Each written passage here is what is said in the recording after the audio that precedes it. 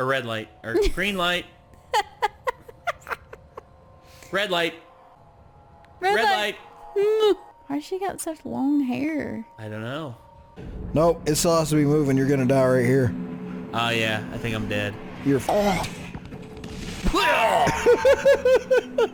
Well, I was gonna say, anyway. I'm pretty sure it has to be moving in a rhythm. One of these shows Chad has seen.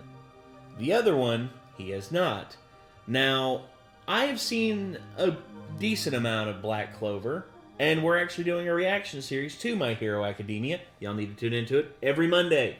Every Monday we do a reaction series to My Hero Academia. So, yeah, and plus we have an entire backlog of all the other episodes on our, in playlists, so y'all can check those out. So, anyway, Black Clover is another series that Nick and I have debated watching and everything, and Nick did not want to do this one because he wanted to save the surprise and he doesn't want to be spoiled on anything. Whereas I know about Asta's abilities and all that, and you're probably not going to watch Black Clover because you've got way too much shit going on. Who knows? I mean, maybe years from now, but not anytime soon. Yeah, so, and I know that if we don't do these, people are just going to be like, when y'all are going to watch this? It's like, fine, I'm just going to relent and we're going to watch it. Because, hey, why should we, not be spoiled on anything? I mean, it's just how it is. So, Deku versus Asta, My Hero Academia versus Black Clover. I would say this is a pretty... I don't know. I don't know what all they're going to count. I mean, because if they're going into spoilers territory on My Hero Academia, I may have to skip forward a little bit on certain part of this because we're at a part in the anime that is very, very heavy. It's something bad just happened in the most recent episode that we watched, and we're just like, no, don't do this to me now. And then the episode ended. I was like, fuck you. Well, I couldn't. I was angry. So Deku versus Asta, My Hero Academia versus Black Clover. Let's here we go. This is Death Battle. Let's get into it. Oh wait, right. Sorry, forgot. Da. Come on, there we go. My Hero Academia's super student straight out of UA High. Asta, My the shit's off. anti-magical Oh, it is? Here. Yeah. Oh, Where's the... Oh. yeah. Just click that on. Blue light should go solid. And you're good. Sorry. My Hero Academia's super student straight out of UA High. Asta, the anti-magical ass kicker from Black Clover. Though you may be born bereft of the same gifts as your peers, there is nothing stopping you from achieving your dreams. As long as you're a fictional character in a fantasy world. I mean, as long as you've got your friends by your side, you'll pack a hell of a punch. He's Wiz and I'm Boomstick. And it's our job to analyze their weapons, armor, and skills to find out who would win a death battle. Okay. Izuku Midoriya wanted only one thing from life. To be a beacon of hope, just like his idol, the #1 ranked superhero in Japan, All Might. Too bad he was born a freak with no powers. You heard right. This is like a reverse X-Men thing where 80% of the population gets red superpowers, or quirks as they're called, while the remaining fifth are stuck as basic bitches, or as his spiky-haired bully Bakugo called him, Deku. That's a pun on the Japanese word dekunobu, meaning good for nothing. Persevering despite his basic bitchedness, Midoriya got the chance to prove his quirkless heroic mettle against this giant sludge monster, much to the surprise of one particular almighty onlooker. His body secretly decaying from a horrific injury, All Might needed to find the one who would inherit his all-powerful quirk. And All Might didn't want just anybody. The hero world was filled with glory seekers in it for fame and money. All Might wanted someone whose body moved on its own to save someone. He saw exactly that in young Midoriya, and gave him one of the most powerful quirks in the world.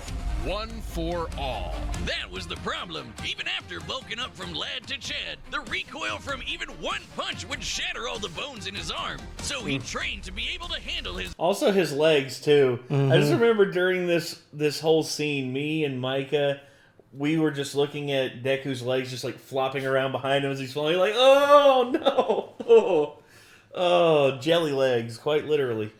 He wasn't ready. No, he wasn't ready.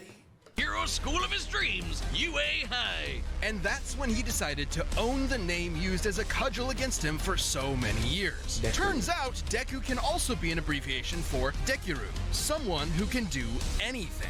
Exactly Deku. the opposite of Deku Nobu. One for All allows Deku to release absolutely absurd amounts of strength from different parts of his body, with super moves named after US cities and states. Deku still can't access all of his power safely though. Using 100% will quickly destroy his body, which is why he learned to distribute his strength evenly across his body, a technique known as full cowling.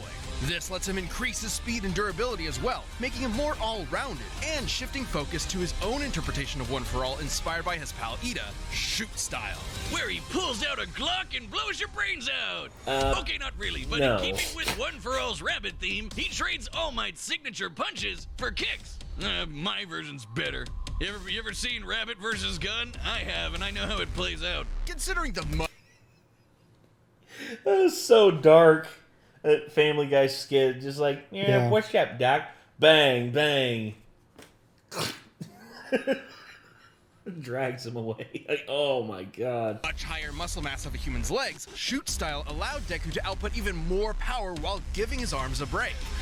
A break from a break. Breaking, And yeah. despite being a classic melee build, Deku can fight at range by punching powerful gusts of air and even precisely aim them with specially designed gloves. Deku has an encyclopedic knowledge of quirks and is always analyzing their Thank you for that, strengths and Hatsune. weaknesses mid-battle, even if he does sound a little weird. Despite only barely getting murmuring. accepted in the first place, Deku quickly became one of Class 1A's most dependable fighters. Because, yeah, somehow these students are constantly getting drafted into literal wars against murderous supervillains. Midoriya's successes in battle As against it is. ruthless criminals like Stain, Muscular, and Overhaul came much to his old bully's chagrin. Where Bakugo was a child prodigy, he now found himself overshadowed by his hard-working rival, and the two would use their mutual respect and animosity to motivate each other to get stronger. Classic frenemies. They're only solving their problems by pounding the living tar out of each other. Luckily for him, Deku soon learned that living tar pounding wasn't the only thing he could do. Turns out, One For All did not originate with All Might. It had been passed down 8 times until it arrived at Deku, with each inheritance also carrying the previous user's natural quirk as well. Like Black Whip, which lets him manifest crazy long and strong energy tendrils to tie enemies up and swing around the city, or shoot one out of his mouth, just like our girl Fruppy. Bleh. And Danger Sense, which gives him a Wait, minor didn't know reactive about that one. precognition. AKA, he's Spider-Man. Not even a reach, the mangaka is like the biggest Spidey fan ever. He can also produce a smoke screen to mask his presence, float in midair, or store kinetic energy over time with Fa Jin. damn, Boomstick. Like that. By You're gonna hurt storing up yourself. enough, he can even match All Might's max power without any recoil to boot. Strong enough to change the weather and create city block-sized tornadoes with a single punch. And he's even stronger with his newest quirk, Gear Shift, which allows him to increase the speed of an object anytime he touches it. In conjunction with the power Damn. of All For One, he can use this to warp reality itself. Deku can go toe-to-toe with arch-villains like Shigaraki, who's fast enough to react to and catch laser beams with his bare hands. But nothing could prepare him for All Might's archenemy, the shadowy leader of the League of Villains, All For One. All Might only ever showed his young pupil kindness and support, but that couldn't change the absolutely crushing pressure Deku felt at every moment. Even classically trained dickhead Bakugo came to help his teammate out when he needed it, like when they teamed up to share One For All and punch an island-sized hole in the clouds 24 miles high. Just goes to show that even One For All isn't a one-man army. Deku's true strength comes from his teamwork between himself and his friends. And with their help, Deku will surely become that beacon of hope he dreamt about as a child. One hero for all mankind. This episode. Yeah, so some of that stuff I didn't know about. So I'm You've been spoiled rotten. yeah. So to everyone out there who requests these from us, just know that's your fault. Thank you. Magic! You know it, you love it, and in the Yes. world of Black Clover. Clover, it doesn't come from a box you bought at a tacky West Hollywood costume shop. Everyone's got it. Mana is the source of all magic, a supernatural energy found in the air and in living beings. Except living beings whose names are Asta.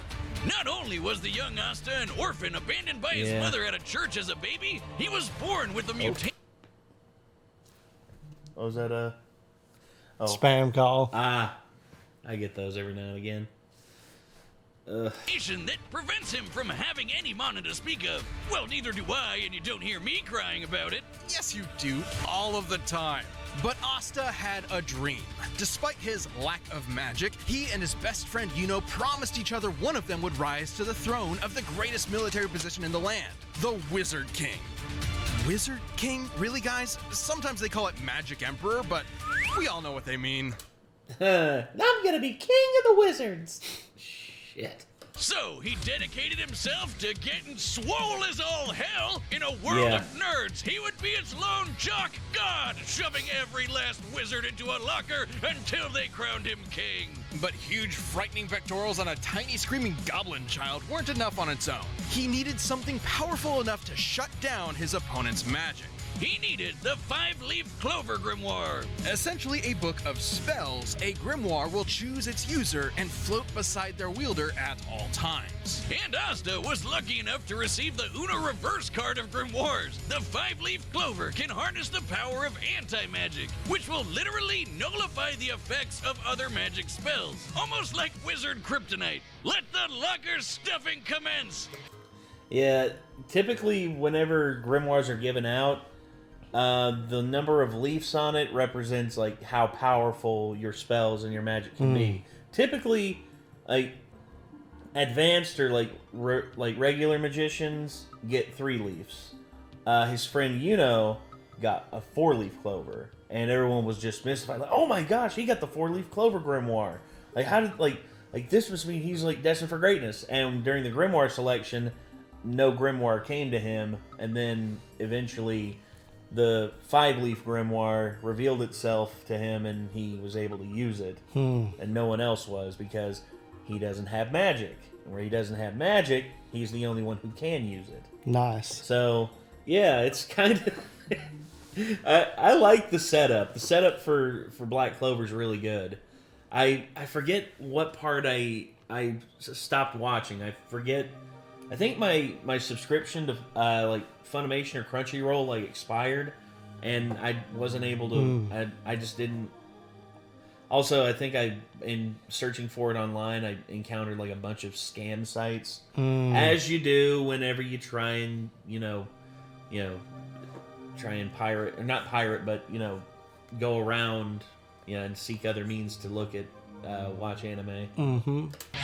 Get nerds! It wasn't long before Asta was accepted into one of the 9 squads of Clover Kingdom's Magic Knights, the Black Bulls, filled with lazy The drunkards, outcasts. antisocial otakus, and literal sociopaths. My kind of people. Yep, mostly. But much like with Asta, you shouldn't judge a grimoire by its cover. And soon they were all working together and kicking ass like a family should. Asta harnesses the power of anti-magic by summoning swords imbued with it from the grimoire. Normally, these swords would quickly drain the mana from anyone foolish enough to wield them, but Asta does not have any mana, turning his greatest weakness into a one-of-a-kind strength. He's got his classic Demon Slayer, an enormous greatsword which cuts through spells with its edge and deflects them with its flat. Or the Demon Dweller, which can also absorb and copy magic, then toss it right back to sender. I think my personal favorite is the more complex Demon Destroyer, which severs the relationship between a spell's cause and effect, countering the effects of its magic. This could result in anything from healing a village that was inflicted with poison to preventing reincarnation. Yeah, okay, some of these can get a little heady. I personally prefer keeping it simple, like using anti-magic telekinesis to surf on your sword through the sky. It's worth noting that these swords are made specifically for countering magical attacks and sources of mana. The swords will act as though blunted when striking non-magical foes, more akin to giant clubs than actual blades. Not entirely still hurts. consistent with real-life greatswords. But none of that's even close to as cool as his deadliest sword, the Demon Slasher, a katana as black as the pits of hell and twice as badass. This one actually does cut like a sword, but it's complicated. It lets Asta actually select what he does and does not want to cut, only affecting his target while leaving anything else unharmed. Okay, at this point, isn't that just magic? Magic with a loophole. And he's studied the blade long enough to become a master swordsman to boot. Not in the real-life sense, in the anime sense. He can spin himself like a tornado to deflect magic spells, thrust forward at top speed like a charging bull, launch a barrage of anti-magic projectiles, and even channel anti-magic into his swords to vastly increase their size. Well, while Jesus. he may be no good with mana, he has learned to detect ki. Because, of course, The life force existing in all things. Asta can detect hidden opponents and even predict their movements ahead of time, as long as he's fast enough to react. with such crazy powers, Asta was taking on threats like the Eye of the Midnight Sun, the Devil Zagrid, and the Dark Triad. So many nerds, never enough lockers. Too bad for Asta, though. He had one serious inner demon. Literally, Oh, housed yeah. within the five-leaf clover grimoire was Liba, a demon exiled from hell for completely lacking magical powers, and who just so happened to get adopted by Asta's mother. Until he got possessed by a different demon and killed her. Vowing vengeance on all demon kind, Liba manifested anti-magic from his hatred as a way to kick their asses.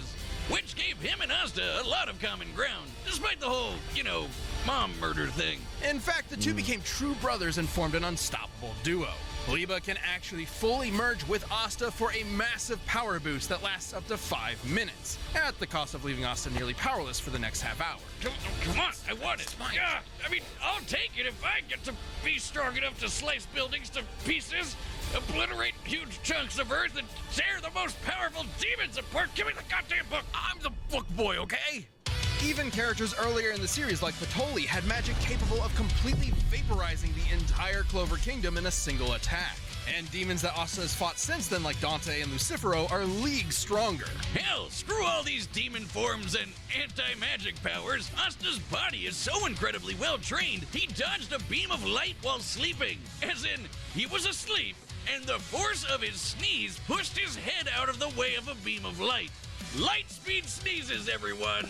And despite his headstrong and irritating personality, AKA screaming at the top of his lungs. That's another thing I would definitely say about Asta, that you love him because he works his ass off, but when his first and last words of an episode of anime are "Ah!" Yeah, you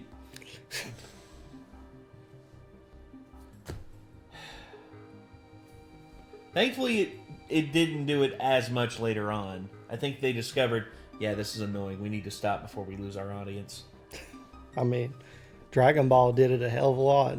Oh, yeah, but it looked epic and it had stakes to it. This kid just, running up a hill, just, trading stuff ah!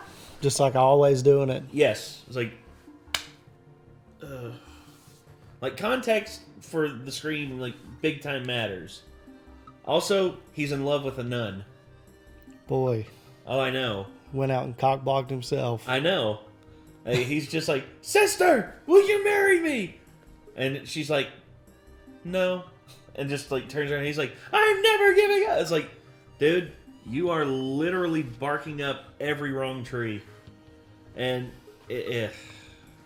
love you, Asta, but you need help, brother.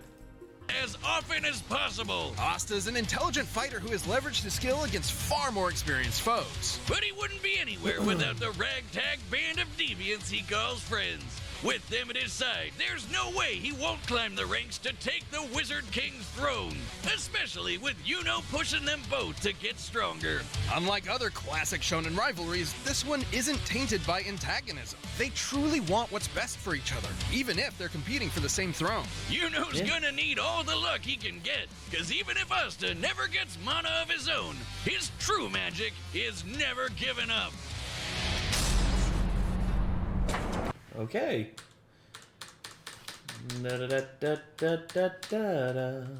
Okay. All right, the combatants are set, and we've run the data through all possibilities. It's time for a death battle!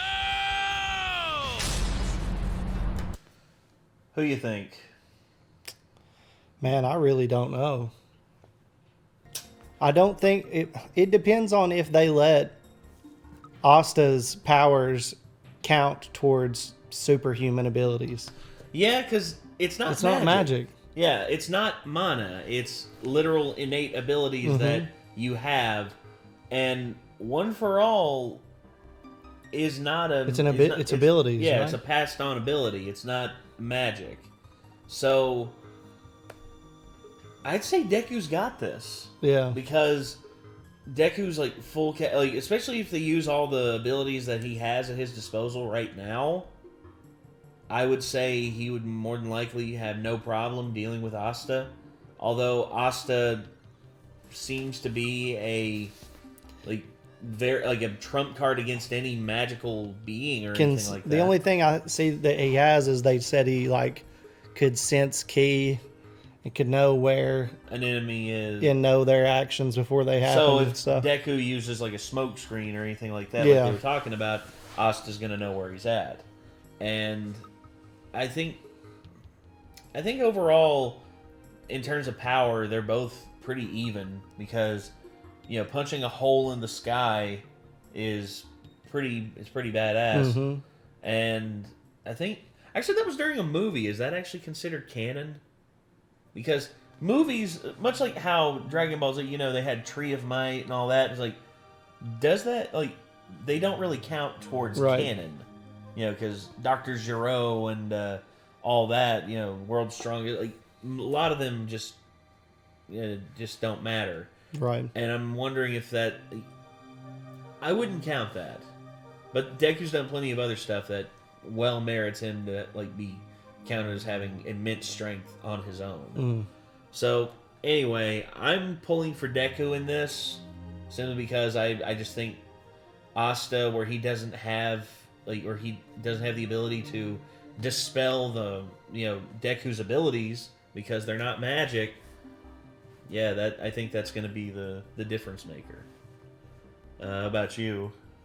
Yeah, I think so long as they don't.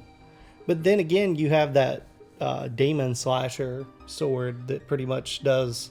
Oh, it can cut anything with or without magic. That's... I don't know. I think it's a coin toss in my mind on this. Yeah, now that you bring that up. Alright, hate to say it, but I'm switching my pick at the last minute. Now that you brought that up, now my brain's just like, oh boy, Deku doesn't really have any defenses against that. Yeah, I think Asta's going to win it now. Now that you brought that up and reminded me of it. Coin flip for me. Well, I guess let's just go ahead and hop into it. Here's the death battle. Let's go. Sword that big? He's gotta be crazy strong. I'm gonna have to rely on more than just my power to take him down.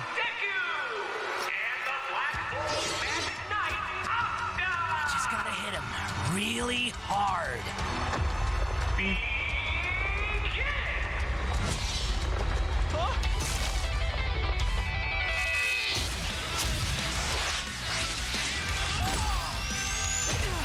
Man, this guy can give even Luck a run for his money.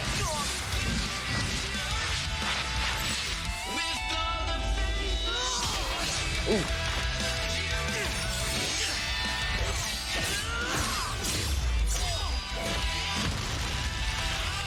Hart's sword's supposed to be sharp. Oh, he already went point cowling. Gotta hamper his movements and get that book out of his hands. Huh? He found me! Danger sense. Spider senses, rather. Oh dear. All three in one. Ooh. Oh, it's my Black turn. Whip.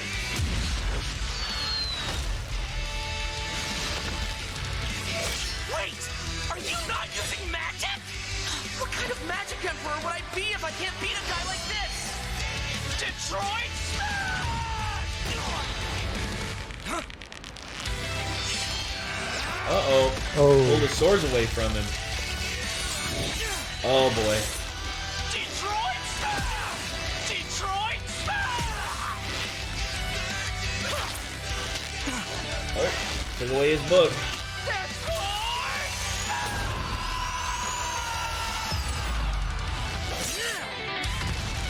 Oh, we cut through.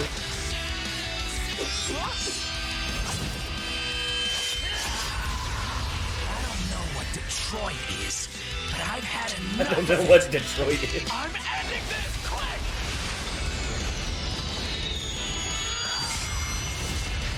Hit me with all you've got, because I'm never going down!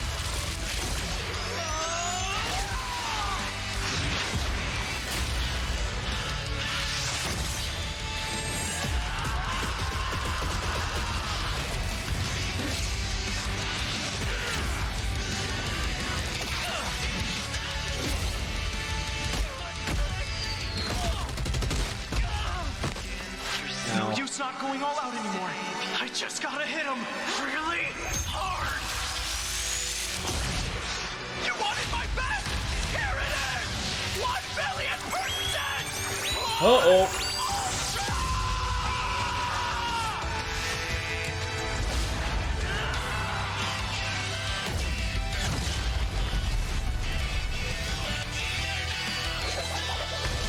Oh. I did it.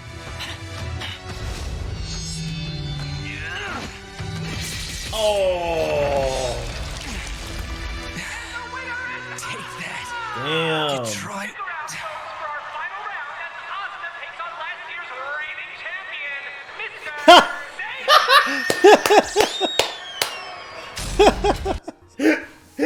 I wasn't expecting that to pull that out. Hercule for the win. Hercule wins by forfeiture. It's like, but Hercule forfeited. Hercule wins by forfeiture. It's in the fine print. Yeah, it's like, if I don't show up, that means he's too afraid to find me. Like, What? What? okay, Mr. Satan wins. Hail Satan! Oh, God. KO! Poor Deku. He tried his best, but Asta just shoved him into that great big locker in the sky. Both Deku and Asta were fairly evenly matched melee fighters without any specific abilities to give one an easy edge over the other. Though, to be fair, the variety of quirks Deku inherited from past users of One For All did make him more versatile and unpredictable. Plus, quirks are biological mutations, not connected to some supernatural energy source like mana. So Asta's anti-magic powers were basically useless here. And Deku was generally a smarter and more tactical fighter, but against Asta's incredible might, this time brawn beat brains. Let's crunch some numbers! Deku's greatest feat of strength was splitting that enormous cloud formation with Bakugo. By measuring the size of the island and comparing it to the clouds above, we can determine they dispersed over 63 trillion kilograms of water.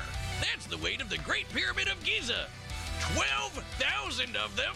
And required Wow. an energy of nearly 80 teratons of TNT per punch. Let's compare that to Asta. But Toli's spell was going to be strong enough to vaporize a country the size of the Clover Kingdom. We can use this map from the manga to estimate the size of Clover Kingdom to be about 500 kilometers in diameter, Oh. about half the length of Great Britain. Vaporizing Damn. a country of that size would require an energy of over 480 teratons of TNT, over 6 times greater than Deku's punch. While Asta uses anti-magic, it isn't an automatic counter. It needs to be comparable in strength to the spell it's combating. And Asta's gotten way stronger since. Asta was also quicker. Sure, scaling to Shigaraki would give Deku roughly light speed reaction time. But Asta could dodge light in his sleep, and that's his base form, even before transforming with Lipa to get way faster. And since Deku and Asta's precognitive abilities more or less matched each other, it was only a matter of time before Asta simply overwhelmed him. Especially since Deku has struggled in the past against faster opponents. Sure, Deku was smarter, but if he literally didn't have enough time to come up with a plan of attack before getting hammered, his brains were wasted. Deku's tactical brilliance and harem-scarum tenacity definitely gave his opponent a run for his money, but Asta's raw power, blinding speed, and deadlier weaponry spelled the end for All Might's pupil. Deku gave it his all, and I wish he had won. Hasta la vista. The winner is Asta. Asta. Oh my god. Hasta la vista, for real. That's just... He did it. That's... Oh! Vegito versus Goji... Wait. Wow. Really? They're doing a double Dragon Ball one? I think weren't they doing the ones where like people who have won in the past are facing each other? Maybe. I don't know. So that's why those two are facing each other. Well, I know the one thing. Superman can't face anybody because Superman's just going to win because, lol, Superman wins. Like, it's just... Yeah. Yeah, I don't know. It's not even true in the comics. So No, I know. Anyway. But you can't say anything on the internet without the superheads just like rising up and just being like, "Leave our boy alone." It's like, no words, no words. So yeah, that's about what I expected for it. Yeah. Deku. I mean, maybe once Deku finishes his training and is able to access everything 100% and all that, maybe he could stand up to Asta, but as is right now, I mean... Wait a minute, he can't graduate from high school? That would ruin the entire anime. Huh. You're right. Don't let characters leave school. Exactly. Yeah, that just ruins everything. That just destroys any kind of character development. What's the relatability for a 30-year-old if they're not in high school? Oh my god. Coming from a Persona fan. Oh. I don't know. The I'm in school thing is just like so played out. It is. It's like they can be in school, but don't make that the main thing. Like make it something else. He's in school, but he also has I would love to see an anime where they don't even where they don't even show a scene that is inside of a school building. But I guess with culture being what it is, work and school are like the biggest, most important thing. Which is sad. Yeah. Because it's just like it leaves no room for anything else. Mm-hmm. Which is why a lot of people are like, I don't even know how to associate with a love interest. And it's like, how can you if you don't leave your fucking house? If you don't have a fucking social life whatsoever, it's kind of hard. Yeah. Yeah. Oh well. So, yeah, that was the death battle of Deku versus Asta. Asta won. I guess that's just some badass shit going on there. Pretty crazy cool. stuff. And what I noticed during this video that was completely aside from what was actually going on there, like it had nothing to do with the context of the story, is just how cool the red and black with a little bit of that neon green flash going on. Yeah, it looks really so good. It looked great. Like I love that. Like SMT3, they use that a lot for like the one that came out on 3DS. Yeah. It's supposed to be like a sequel to that one. And like the green outlines around the black and the red look so good. So like when the two were clashing in battle, it just looked so dope. I love the green highlight around like the fucking red and black. I'm just looking here at all the... Oh, yeah. Yeah, they have that, and then they have the Persona series. It's, let's see. Look at... Nocturne. It's Nocturne, the Apocalypse one. Go to Apocalypse down here. Yeah, see the green with the red and black and shit? It just looks really good. I like that. Yeah. That's kind of what that reminded me of. It looks really, it looks really interesting. Mm-hmm. Let bring that up on screen. Yeah, that right there, the red and black here with the neon green. I like that. I like that look. Apocalypse. Yeah. Apocalypse. I am Apocalypse. Yeah. So But it's a color scheme you don't see very often. With the red and black, the green also. It's just like, nice. Yeah, very nice. Very nice. So, then of course you have the Persona series, which is an offshoot of Shin Megami Tensei, but it has basically just taken on a life of its own. It's surpassed the popularity of the base franchise. It's surpassed SMT. Unfortunately, there's a lot of animosity between the two camps. There'll always be. What can you do? Enjoy it all and not be involved in the dogfight. Exactly. Just let them fight over each other. So I know that a lot of people are high on Persona 5, but you said that for you, Persona 4 was your favorite. Yeah. And a lot of people have forgotten Persona 4. Just the storyline's way more interesting in my opinion. It's a little bit more on the edgier, true crime, darker storyline. Now, 3 is just dark. 3 is very dark. Yeah. To release their personas, they have to... the evoker or whatever, it's like... Yeah, the gun-like object. Yeah. Yeah. I remember you asked me to make you one of those things. I have it. Printed, and I still have it. I remember making that. I was just like, oh, damn. Yeah. That's pretty hardcore. Well, there were some kids in Texas that decided to try that out in real life. Oh, which caused a little bit of controversy, and yeah, and then they always blame the video games and all that, and it's like in turn, there's no such thing as personal responsibility. It's like, oh no, it was the fault of this. It's like, oh, these two boys did a horrible thing in Columbine, Colorado. Right, Marilyn Manson's you're the bad guy. Like, no, where were the parents? Where was the school system? Where were anyone else that could have done anything or anything like that? And instead it's like, oh, let's just push the blame off on someone else and just like move on. Like, well, dude, that's all they do. Persona 4, by the way, was one of the last PS2 games to come out. Yeah. And it was arguably one of the best. It was one of the there's swan song titles that a lot of people... Because I know the swan song title that everybody talked about was God of War 2. Oh, yeah, of course. But there's ones that fly under the radar. You can't blame them, though, because God of War is one of those games you can just pick up and start playing it. Oh, yeah, no problem with that. And Persona 4, not so much. Yeah. It's a little more complicated. Yeah. Complexities are just sometimes not accepted very well. All right, we're going to end it here, everybody. Hopefully y'all enjoyed, and if you want to see more from the people over at Death Battle, click on their name in the title of the video. And, of course, you can check out Mr. Hat Guy, a.k.a. They Call Me Hat Guy. I will have a link to his channel on the video as well, so stay tuned for that.